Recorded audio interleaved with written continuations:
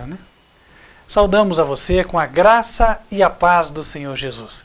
Por problemas técnicos não podemos fazer a transmissão ao vivo, mas esperamos que da mesma forma você receba as bênçãos que Deus tem reservado nesta ocasião por meio do estudo que faremos da palavra. A propósito, hoje nosso estudo vai ter início no livro de Atos, capítulo número 1. E nós vamos falar sobre a união.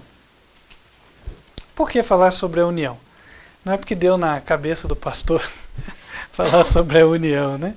A gente ora, pede a Deus, Deus sempre dá o tema e Ele sabe a razão pela qual Ele escolhe cada tema. Mas tenho percebido algo. Nesta terra, o diabo tem trabalhado para obter o controle absoluto de todas as classes de pessoas.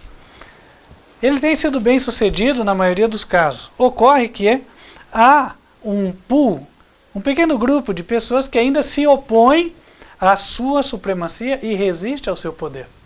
E este grupo é justamente composto por aqueles que não apenas creem na verdade presente, porém a praticam também. Há uma diferença entre crer numa teoria e colocar em prática a pura religião na vida. Nós estamos falando do segundo caso. E nós, do Ministério Quarto Anjo Advertência Final, estamos incluídos nesta classe. A classe dos que guardam os mandamentos de Deus e têm a fé de Jesus. Tem sido o esforço especial de Satanás, portanto, tentar destruir, se possível for, esta pequena hoste do exército do Senhor. E de que maneira ele pode destruir? Bom, há uma que muitas vezes funcionou, que é justamente introduzir o desentendimento, introduzir a discórdia, introduzir a desunião e a inimizade. Começam com pequenas coisas e ele vem tentando, então, desestabilizar aqueles que estão envolvidos na obra de Deus. Isso aconteceu quando o povo de Israel estava no deserto, por exemplo, até no seio da família de Moisés mesmo, não é verdade? Moisés, Arão e Miriam, 3 irmãos, aconteceu que entre eles houve uma celeuma, ou uma inveja, um ciúme. E aconteceu que Deus teve que, inclusive, fazer uma advertência a eles. Para quê? Para que Satanás não assumisse o controle. Uma coisa eu tenho certeza, meus queridos irmãos. Deus levantou este ministério e o diabo não está no controle dele. Amém. Graças a Deus. O Cristo está no controle deste ministério. Temos muitas evidências disso. A principal delas é justamente o fato de permanecermos no caminho e andarmos em união e harmonia. E, meus queridos irmãos, eu tenho percebido que ultimamente Satanás tem procurado desestabilizar-nos. E eu falo isso não me referindo à igreja local, eu estou me referindo ao ministério mundial como um todo. E eu estou falando como alguém que tem tido a oportunidade de enxergar em diferentes campos aquilo que vem acontecendo. Maus entendidos, assim, em cima de coisas tão pequenas. E eu falo assim, opa, algo está acontecendo. E nós vamos ver justamente qual foi o segredo da vitória da igreja triunfante no início da sua existência com o nome de igreja cristã. A igreja de Deus, como tal, sempre existiu desde que houve pecado na terra, né? Afinal de contas, quando Adão e Eva pecaram, Deus veio aqui, foi sacrificado um cordeiro e aí começou a sua igreja. Porém, depois que Jesus ressuscitou, ele apareceu aos discípulos, e Atos capítulo 1, ele relata o que ocorreu quando eles conversaram, e é a partir daqui que a gente avança no estudo da Bíblia.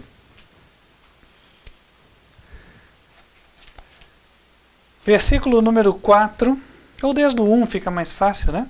Fiz o primeiro tratado, ó Teófilo, acerca de tudo que Jesus começou, não só a fazer, mas a ensinar. Ensinar até o dia em que foi recebido em cima, depois de ter dado mandamentos pelo Espírito Santo aos apóstolos que escolhera, aos quais também, depois de ter padecido, se apresentou vivo, com muitas e infalíveis provas, sendo visto por eles por espaço de 40 dias, e falando do que respeita ao reino de Deus. E estando com eles, determinou-lhes que não se ausentassem de Jerusalém, mas que esperassem a promessa do Pai, que, disse ele, de mim ouvistes.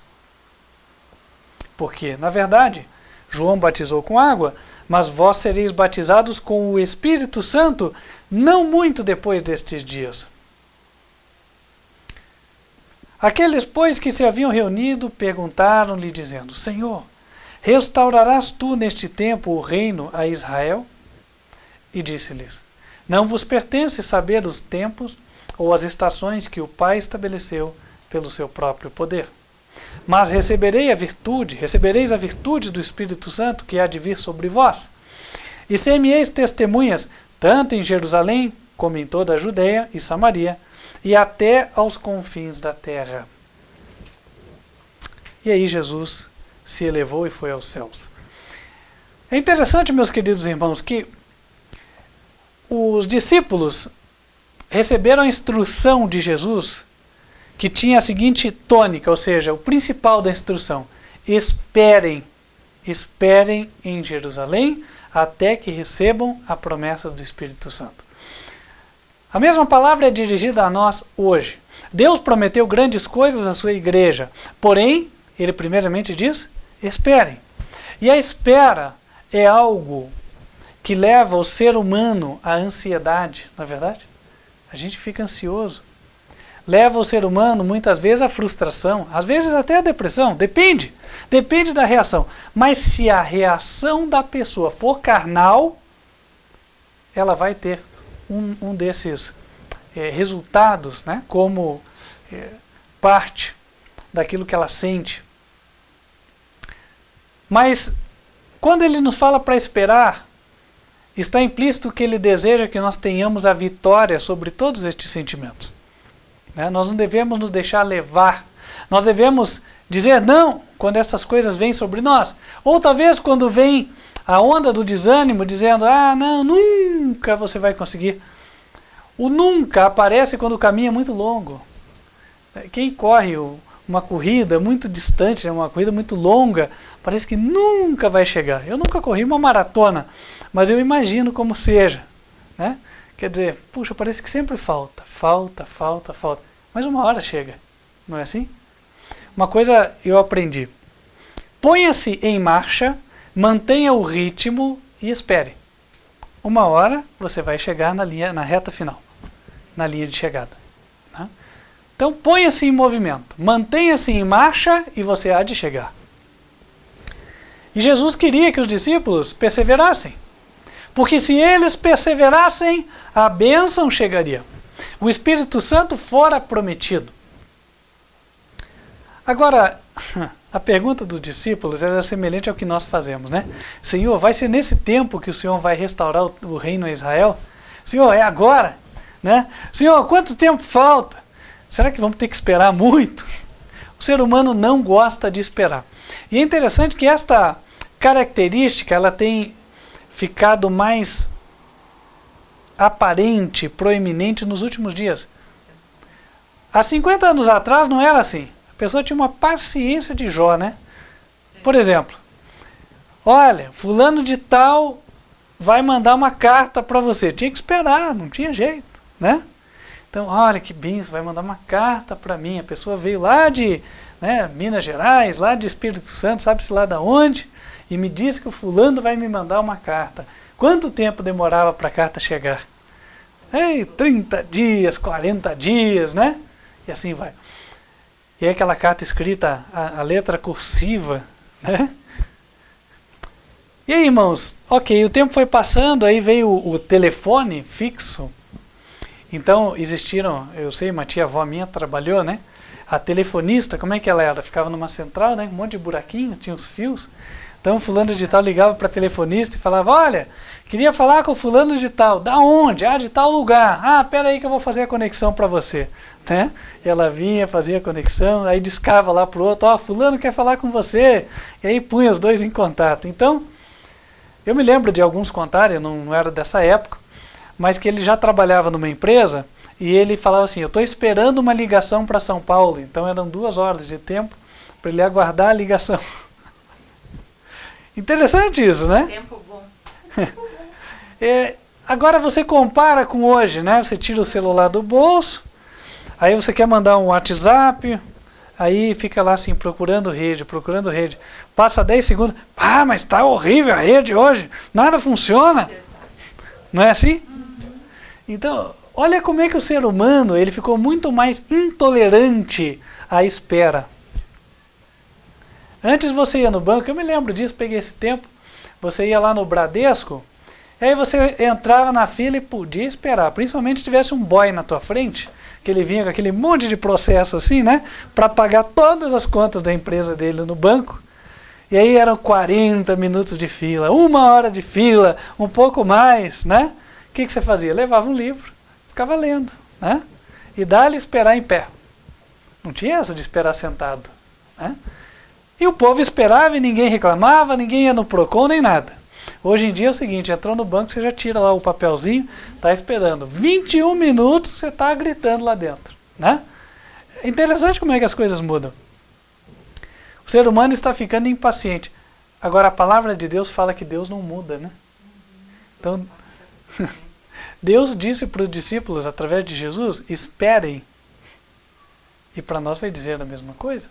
Quanto tempo nós esperaremos? Bom, como Deus não muda, é de se esperar que esperaremos o mesmo tempo que os discípulos esperaram. O que para nós vai parecer muito mais tempo, porque hoje nós estamos desacostumados a esperar.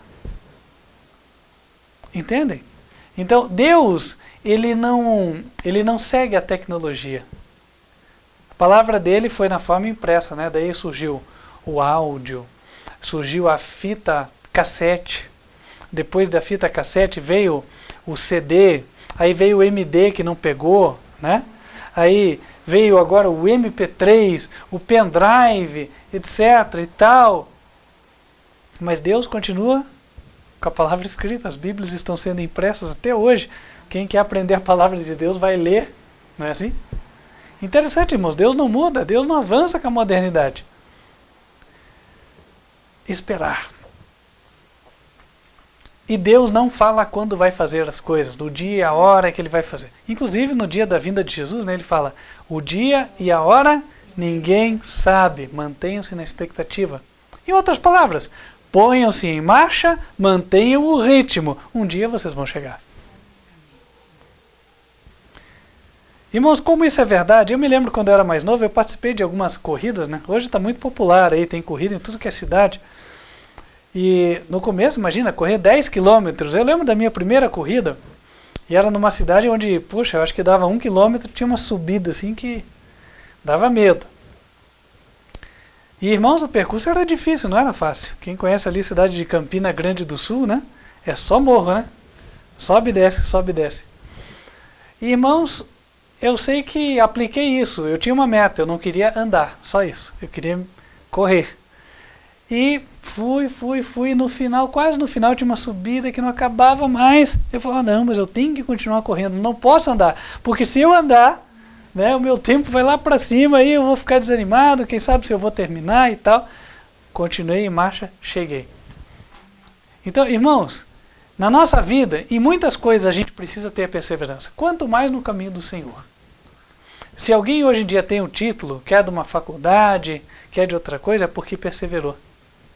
Houveram obstáculos. Nem tudo foram rosas, nem tudo foram flores. Né? Agora, como esperar? Há uma condição para receber o Espírito Santo, e Satanás sabia muito bem disso. Abramos em Salmos capítulo 133, Salmos 133, a partir do versículo 1.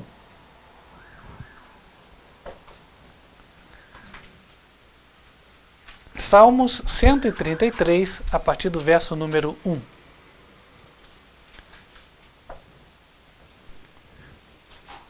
Diz assim, Salmos 133, podem abrir, versículo 1. Ó, quão bom e quão suave é que os irmãos vivam em união. é como o óleo precioso sobre a cabeça, que desce sobre a barba de Arão, e que desce a orla das suas vestes, como o orvalho do Hermon, que desce sobre os montes de Sião, porque ali o Senhor ordena a bênção e a vida para sempre.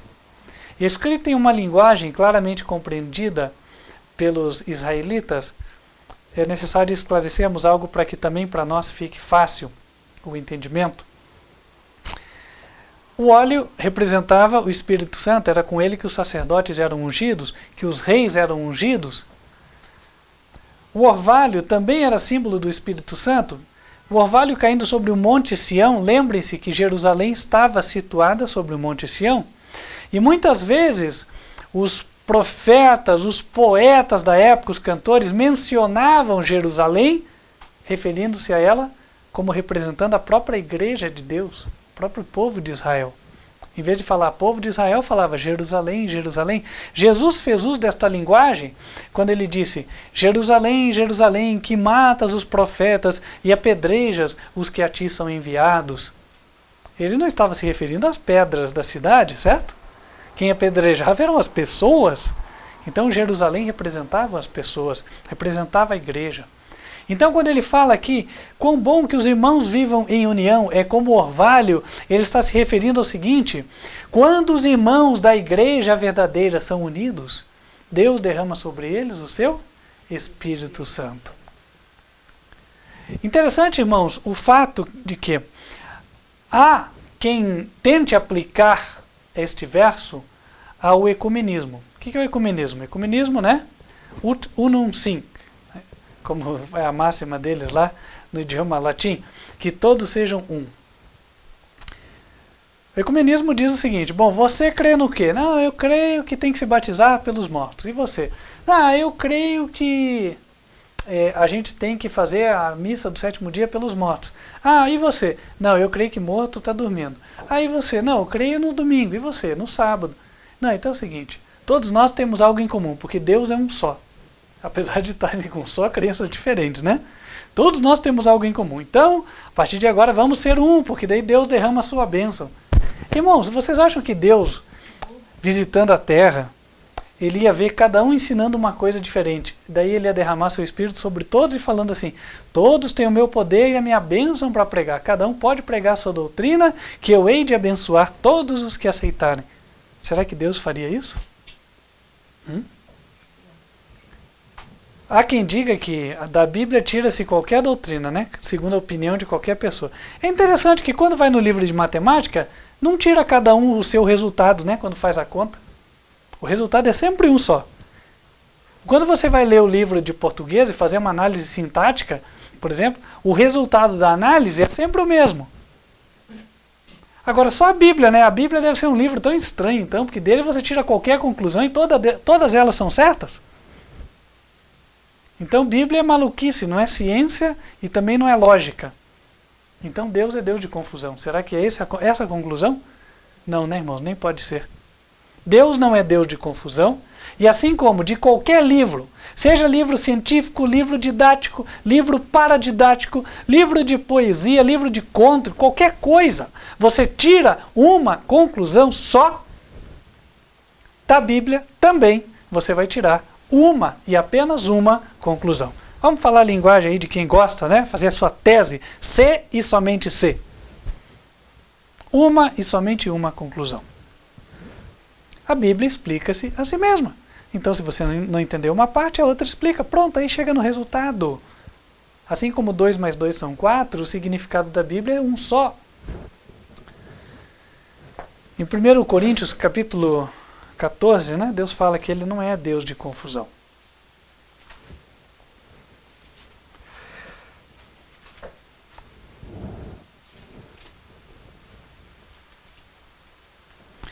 Primeiro Coríntios 14, versículo 33.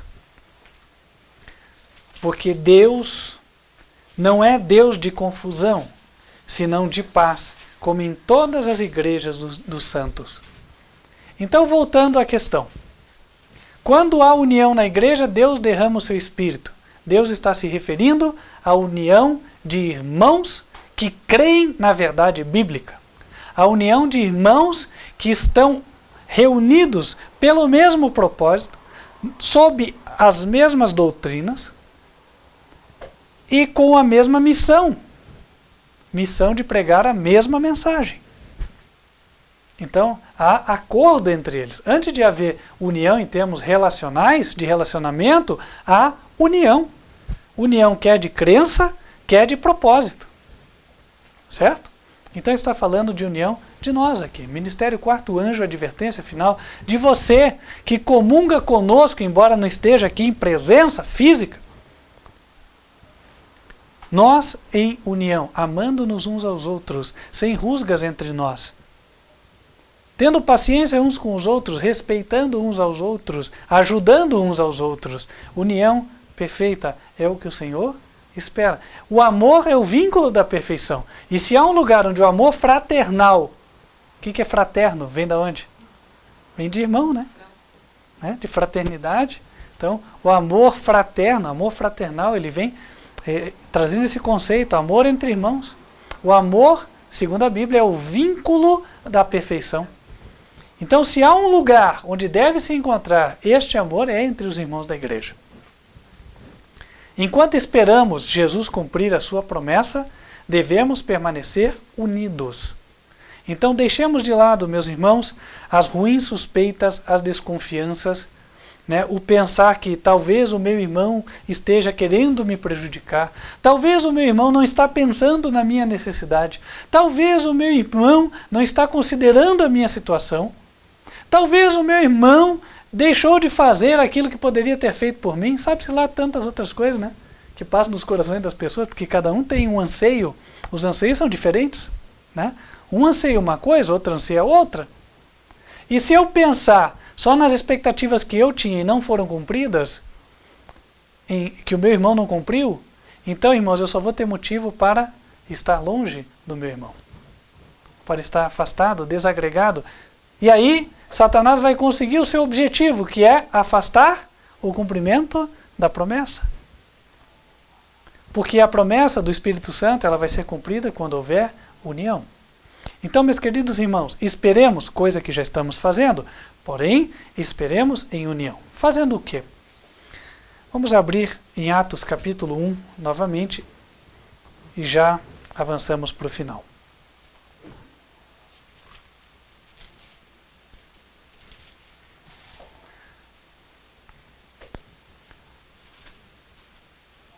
Versículos 9 em diante. E quando dizia isso, Jesus dizia, vendo-o eles, foi elevado às alturas e uma nuvem o recebeu, ocultando-o a seus olhos. E estando com os olhos fitos no céu enquanto ele subia, eis que junto dele se puseram 2 varões vestidos de branco, 2 anjos. Verso 11, os quais lhes disseram, varões galileus, por que estáis olhando para o céu? Esse Jesus, que dentre vós foi recebido em cima no céu, há de vir, assim como para o céu o vistes ir. Então, voltaram para Jerusalém, do monte chamado das Oliveiras, o qual está perto de Jerusalém, à distância do caminho de um sábado. E entrando, subiram ao cenáculo, onde habitavam, aí diz todos os apóstolos, Verso 14. Todos estes perseveravam unanimemente em oração e súplicas com as mulheres e Maria, mãe de Jesus, e com seus irmãos. Todos eles perseveravam, de que forma? Com oração e súplicas, pedindo a Deus graça para vencer. Hoje ouvimos nos testemunhos, alguém dizer, não, hoje eu me ajoelhei, glória a Deus, porque é aí que estamos mais fortes. Quando buscamos a Deus, já somos vencedores. Então, irmãos, vamos perseverar. A bênção há de vir. Este é o ministério que há de pregar para o mundo inteiro a verdade presente. Escreva isso, vai acontecer. Agora, como é que Deus cumprirá a sua promessa? Mediante a paciência, mediante a perseverança, em oração, em unidade de espírito, em amor e unidade de propósito. Irmãos, nos apeguemos, vamos nos achegar a Jesus, Ele será a fonte da nossa união. Vamos nos apegar a Deus em oração. Pedir a Ele que continue nos guiando. Que Ele coloque ao nosso redor um muro de proteção, o qual o inimigo não possa transpor. E assim, irmãos, em breve nós teremos muitos motivos para sorrir. Porque se por um lado a promessa exige paciência, por outro lado os sinais do fim já estão aí. Nós estamos vendo que não vai muito até findar-se a história desta terra. Portanto, será breve o tempo de espera. Permaneçamos com bom ânimo. A vitória se aproxima. E aí fica o apelo do Senhor para nós. Quem gostaria de dizer: Senhor, eis-me aqui, ajuda-me, eu quero perseverar, eu quero esperar até a bênção chegar. Amém. Glória a Deus. Vamos nos colocar de joelhos e pedir a Ele que nos abençoe e nos firme neste propósito.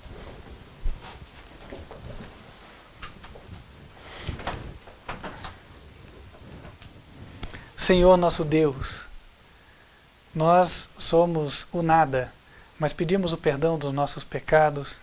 Pedimos que o Senhor venha fortalecer esta tua pequenina igreja, o bichinho de Jacó, como o Senhor nos chama na Bíblia.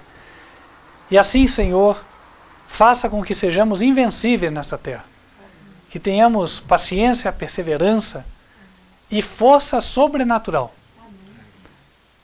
para enfrentar as provas e vencê-las. Em nós, nunca poderíamos vencer. Mas com a tua força, Senhor, não há como sermos derrotados. Ajuda-nos, fortalece o fraco, aquele que já estava em desânimo, aquele que se sentia sem nenhum vigor, aos que precisam do teu auxílio para vencer as batalhas, aos que têm dificuldades a serem transpostas, a cada um de nós, ó Deus.